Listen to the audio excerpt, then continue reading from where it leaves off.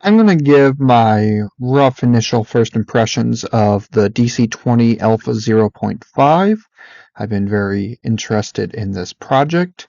I previously supported the Dungeon Coach's Alchemer's Almanac of all things with a bunch of variant rules for D&D 5th edition. I like his style and his videos a lot. Well, we'll get into it, but there's a lot of things I like about DC20 here, and then there's a lot of concerns and criticisms I have that hopefully will prove to be unfounded, and him and his team knows what they're doing and nothing to really worry about. But I still want to point them out just because there's some jarring things that stand out to me for better or worse. I'm not going to be showing any of it because I don't know what I'm legally allowed to show or not show. Maybe in the future the Dungeon Coach will give me explicit permission to show off parts from the playtest or his video. But just to stay safe, I'm just going to have this just be audio, and I'll throw some B-roll on screen so it's not too boring. So let's get into it. The first thing I want to mention is that this playtest document is rather large.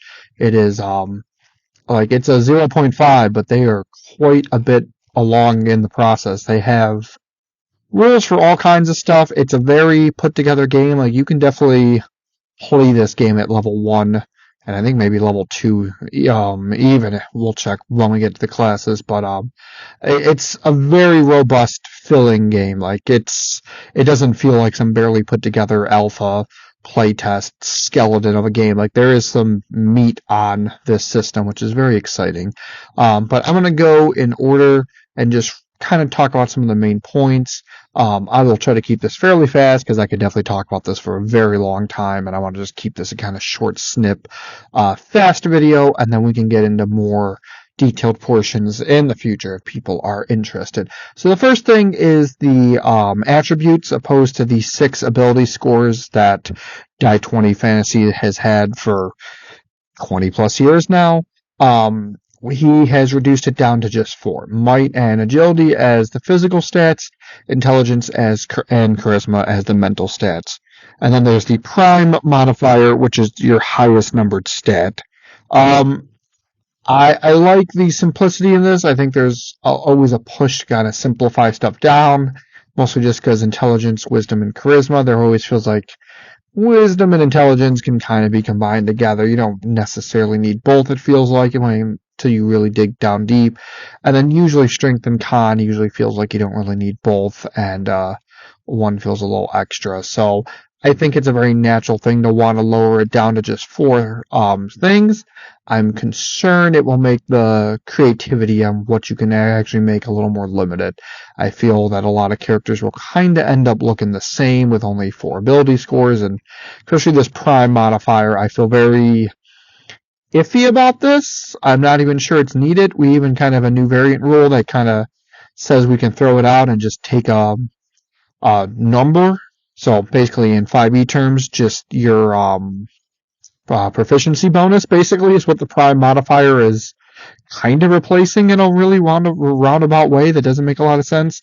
So I feel like I'd be happy if the prime modifier was kind of thrown out in a future update and they just kind of did the set proficiency bonus, because that's really what it wants to be, but we'll see. I'm also curious if these 4 attributes will just stay the same, or if a 5th or 6th one will get added in. But it's interesting to simplify it down this much.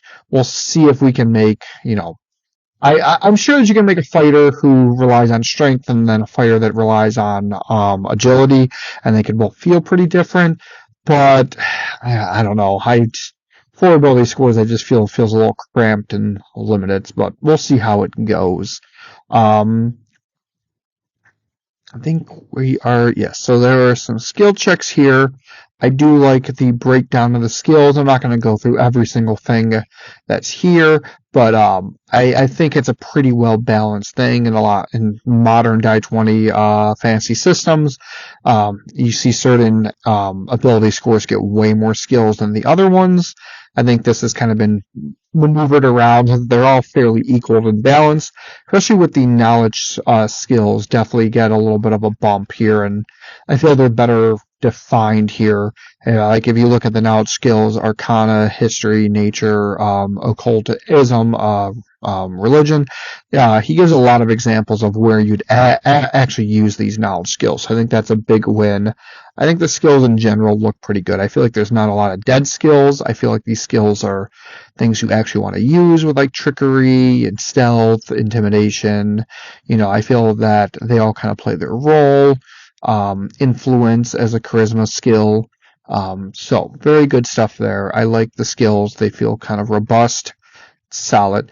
Then we get into trades. I would call trades as a mini skill. Basically it's like a job that you can do. In 3rd edition, there was something called the profession skill, and then also we have the craft skill, and you could select a whole bunch of other stuff. You could you could select profession blacksmith or profession like actor, and that's basically what the trade system represents here.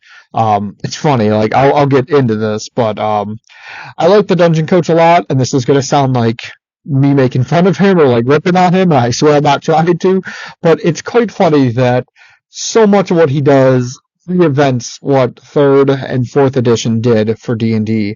And from what I've heard, he's not played those editions really. He's really just played 5th and only played 5th. Yet he's reinvented the wheel a lot of what has come before in better, superior editions. I'm sure I'll get some comments complaining that I'm calling 3rd and especially 4th edition superior to 5th, but whatever. I mean, it's good to reinvent the wheel when everyone has forgotten what a good wheel looks like, and we've been stuck with the same terrible wheel for a decade, so might as well reinvent the wheel and make it as good as it used to be 10 plus years ago.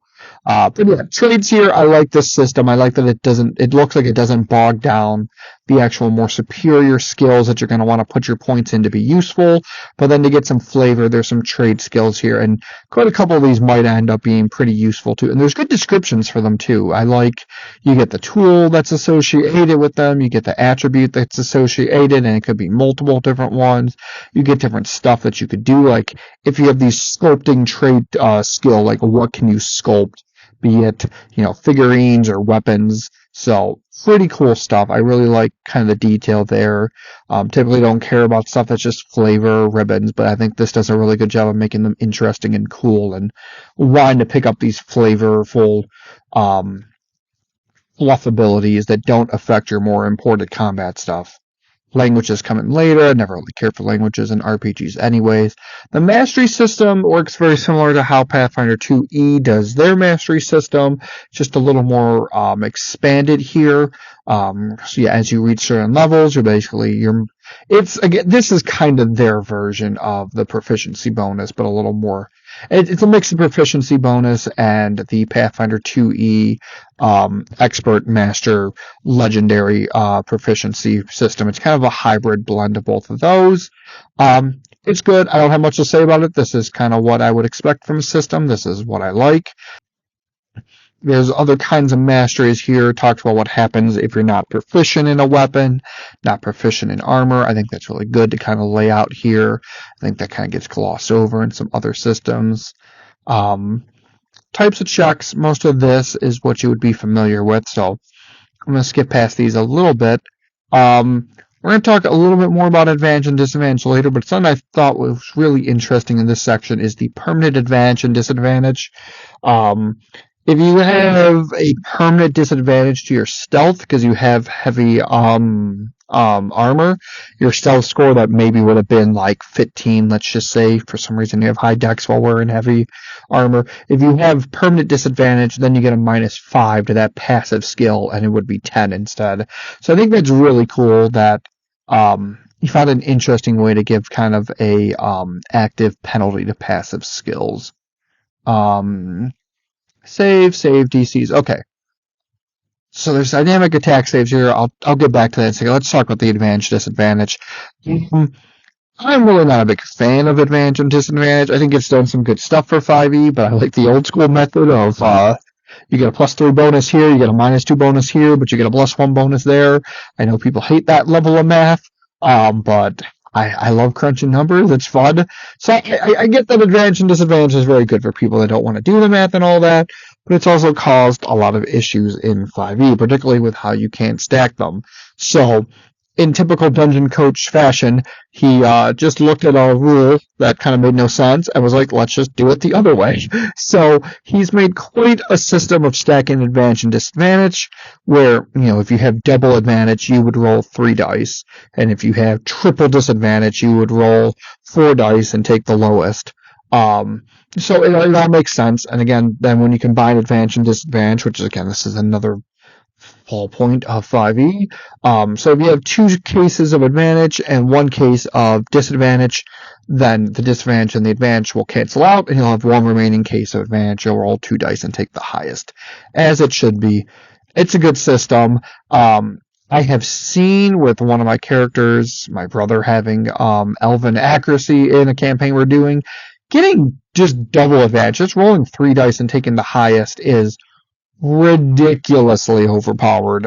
So I kind of I'm concerned about this system where you could potentially have, if you make 4 attacks in 1 turn, which again is not what you're supposed to be doing in these kind of games, but if you did, you would roll 3 dice, roll 4 dice and take the lowest result.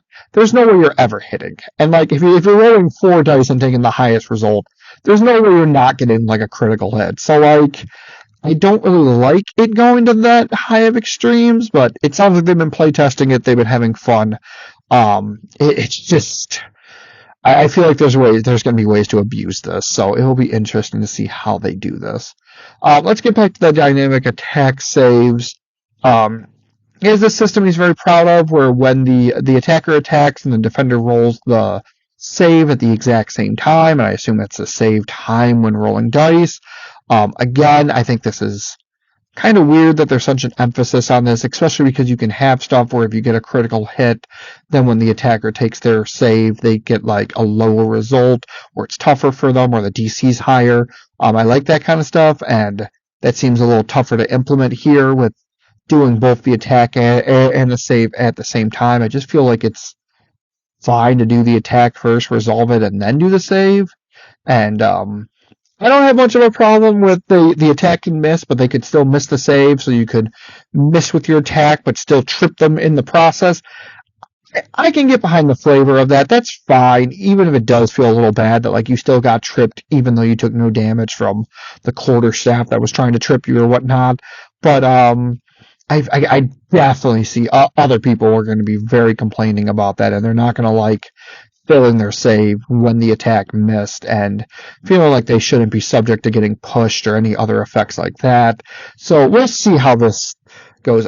This is another mechanic which I know he's very proud of, but I would not be surprised if it gets cut from the eventual game, and so we go back to a more traditional system. But we'll see. Maybe it just plays better than how it is. This is all just my initial impression, and I think playtesting this will change a lot of that, which hopefully I'll be doing soon. As I said, there's a multiple check penalty, kind of like with Pathfinder 2E. If you make a second attack in your turn, it's going to be less accurate than your first attack.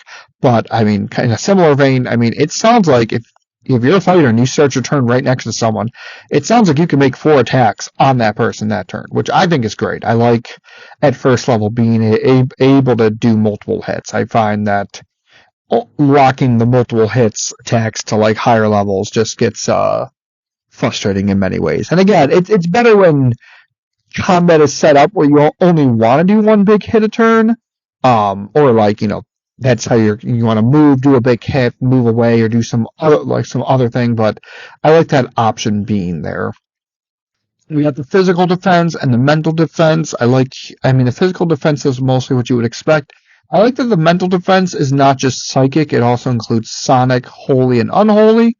So I think that's pretty cool that those are included in mental defense, because usually it's, there's psychic damage and then there's everything else. And I like that this puts a little more emphasis on if someone has a low mental defense, it's not just the wizard's one spell that does psychic damage that can hurt them. They can actually take, if someone has a let's just take the barbarian as the classic example. If someone has a super high physical defense, like it sounds like there'll be multiple characters that can hit them with mental defense stuff, like Holy, like Sonic and stuff. So I think that's pretty cool. Damage reduction works how damage reduction works in 3rd edition, where basically it reduces the damage down. I believe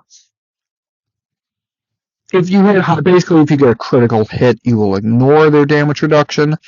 Stuff that I have tried to implement in my own homebrewed games, systems I've tried to make. So all good stuff there. Damage reduction is always tricky because to throw more shade, I'm the dungeon coach. He's a great guy and all, but I know that he's a math teacher, and that makes me, or he was a math teacher. That makes me worry that he overestimates how good normal people are at math, because I'm sure the students he taught were much better at math than your average adult TT RPG player. Because let me tell you, adults really are really bad at math. Like really bad at math. There's so many times I've seen people like take 7 damage, but they got like something to reduce the damage by 3, and then like they take like a good minute to figure out that they take 4 damage, and like just basic math can be very difficult for a lot of people, and that's a problem the damage reduction can have with a lot of stuff. It's for some reason just that little extra subtraction can be very hard for some people. So, but I think the big saving grace is that the dungeon coach keeps the numbers for this game very low and very tight. So I think having low levels of damage reduction will be very meaningful and impactful, but people won't struggle too much with the math, hopefully. I'm very curious to hear if he has any feedback about people struggling with very simple math in the game. But hopefully, there's another case. So I guess I'll mention it here. So the critical hit system, maybe it doesn't work quite like this, but there are some cases where if you beat a DC by 5 or you beat a DC by 10, it goes up in a success degree. Again, very similar to Pathfinder 2e, but Pathfinder 2e, it's only 10 plus, which makes it very simple. If the DC is 14, then a 24 is, over. Again, I feel like I've seen people where, I say the DC is 14 and they get an 18, they might be like, oh, is that 5 over? Did I get a critical? And then it takes them a little bit like, no, it's 4 over. That's not a critical, And as the numbers go up, people get more and more confused. If the target number is 23, they're going to be like, oh, I got a 29. Is that 5 over? Is that not 5 over? Just very simple math can be hard for a lot of people. So we'll see how people do with that. But let's get to hit points. Death Door, as I said, hit points are a lot lower because the math is a lot lower. Let's talk about Death's Door. So, very mixed bag here. Something I really, really like, and we've not talked about the action point system yet, which is probably the best part of DC20. But what I really like is normally you get 4 action points on your turn. If you're at 0 hit points, and you're struggling to stay alive, you get 1 action point on your turn, along with some other penalties, exhaustion, stuff like that. But I really like that you get to do something on your turn. I think one of the worst parts of any tabletop RPG is when someone is unconscious and they don't get to take their turn. Can you imagine other tabletop games where like everyone's playing around the table and they're having fun and they have to skip their turn 1, 2, 3 turns and it takes 20 minutes to get back to their turn, and just because their character is at low hit points, like it's awful. I really like that he gives characters something to do while they're at Death's Door. They have that one action that they can try to crawl away, if they can try to take that one last final hit to be attack to be heroic. I like that you get the option that you're not out of the game as soon as you're about to die. You have that little bit of window to still make a difference. I think that's great, phenomenal. The part I don't like so much is that if you get to basically -3 hit points and you take a hit, you die. And I feel like it's a little too brutal. Like, I love this whole at Death's Door, you're going down, you're about to fall unconscious kind of mechanic. I wish there was a little more room to wiggle there. Again, the damage is, most things are dealing 1 or 2 damage, it seems like, so I don't think you're going to get killed outright that often. But, like, I wish it was a little bit lower than just -3. And maybe at higher levels, maybe there's feats, maybe there's class features that can do it. I'm sure the Barbarian or Orc or something can go a little bit lower, but I would love if it was just a little bit more, like maybe -5 or something. I don't want to give my opinion on how he should change stuff too much here. That's not what this review is for, but that's definitely one point where it's just like, I hope that gets changed to be a little bit more flexible. But again, when I play test it, maybe it won't be that bad. Now, I mentioned the hit successes. There's critical hits here.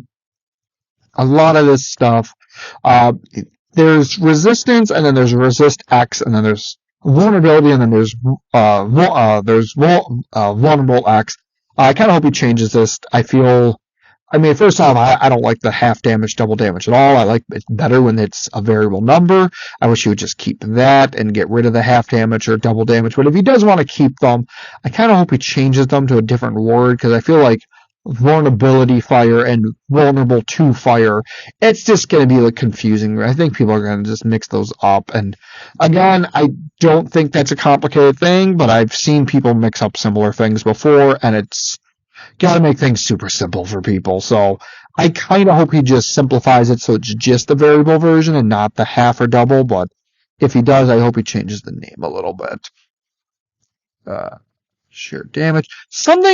Here's another thing I don't like about the system, but again, I know he's passionate about. Anytime a value is cut in half, you always round up. I don't like that, but apparently it works well in playtesting. So again, it's time to try, but do not like that at all. All right, let's talk about, this video is already going longer than I wanted to go. So let's talk about the, what I think is just the crown jewel of the DC20 system. I will praise Pathfinder 2e a lot for their 3 action, economy system. So he said, let's go 4 action points per turn. You get 4 action points, and it seems like most stuff I've seen looks like it only costs 1. I have not really, I'll need to look through the playtest more to see what costs like 2 AP, some kind of big power attack or something, but it looks like almost everything just costs 1 AP to do. So in theory, you'll have 4 actions on your turn. Here is, what's really amazing about the system, though, I think he did a really great job, because usually you have your actions on your turn, and then you have your reaction on your off turn. So what he decided to do is that you spend those AP for your reaction when it's not your turn. And this would not make much sense if you got AP at the start of your turn, because you wouldn't want to end your turn with 1 AP so that you can use your reaction and then end up not using it. It's wasted. So he did the genius, and I know this sounds sarcastic, but it's not. To me, I was just like, how come this was never thought of for any other system? The genius move of having you regain your AP at the end of your turn, which just is like so smart and so genius and so cool. So at the end of your turn, you regain your 4 action points, and then before your next turn comes around, you might take 4 actions before your turn starts, and then you'll have 0 at the start of your turn, but you'll have done a lot of stuff during other people's turns, which I'm worried is a double-edged sword, but I think it is very cool. I'm very concerned that the optimal min-maxing way to play will be to use all of your AP during other people's turns and have 0 AP during your turn, and I'm afraid that's going to be the most efficient, effective way to break the game and be powerful, but it's also going to be boring and not fun to do nothing during your actual turn and then needing to pay so much attention during other people's turns to maximize the use of your AP. So I'm sure there's going to be some character build where they never want to do anything during their turn and they just want to do actions during someone else's turn. And I'm worried that's going to get obnoxious. It's not going to be fun for the person playing it or for other players at the table. These are a lot of big picture concerns that might not come up. Otherwise, though, I do think it is such a great system. There's mana points for spellcasters, stamina points for marshals. I've not looked in enough to these to know how they work well enough to kind of speak on if they work or don't work for the system. I am a little bit concerned because I think everyone hates the Vancian casting system that D&D has with spell slots.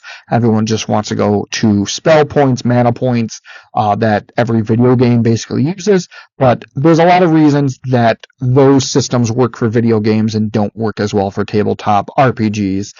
There's a lot of reasons why spell slots as clunky and terrible as they are, work better for tabletop RPGs, so people are not just spamming their highest cost spell points and never using their lower cost ones.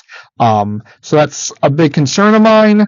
I'm not saying it can't work, it can. I feel like he's going to need to do a lot with the spells to make that work, but as I said, I've not really looked into the spells and the mana points to kind of figure out, like, hey, does this actually work in a tabletop game?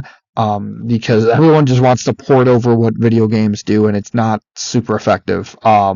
So I'll be curious to see how that works. And again, I've not looked through the stamina points very much, but there is a lot of various maneuvers here: extend attack, power attack, sweep attack. There's grappling maneuvers, defense maneuvers like parry and protection. You can trip people and shove people. You can taunt. There's weapon maneuvers too, which is great, giving some some mechanics to make each weapon feel different. I'm not going to get too into these right now. This video is already going super long, and I feel I can't really do these justice. So maybe in the future I can give a little bit more of a review of if I think these work or not. You can sunder armor and whirlwind, so all kinds of cool stuff.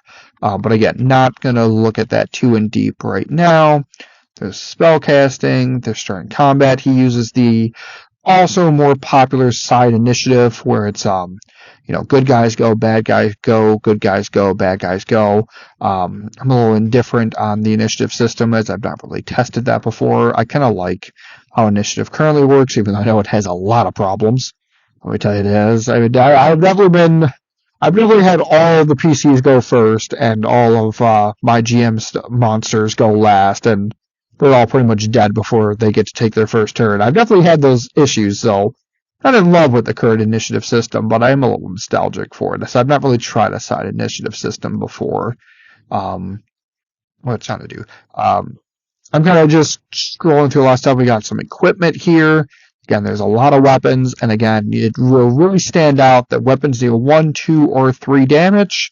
Every weapon basically here does that amount, so dealing damage, the damage are going to be really low numbers. The HP is going to be really low. I think that's going to be a little hard for some people to get used to. I think once they do, it'll be a little bit better, but I wouldn't be surprised if by the final play test, maybe the numbers get just a teeny tiny bit bumped up.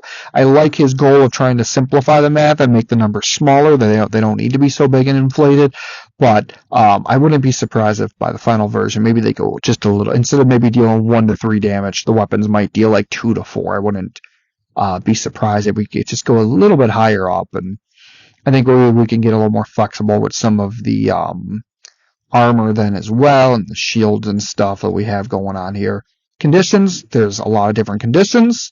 I love having different conditions in my tabletop RPGs.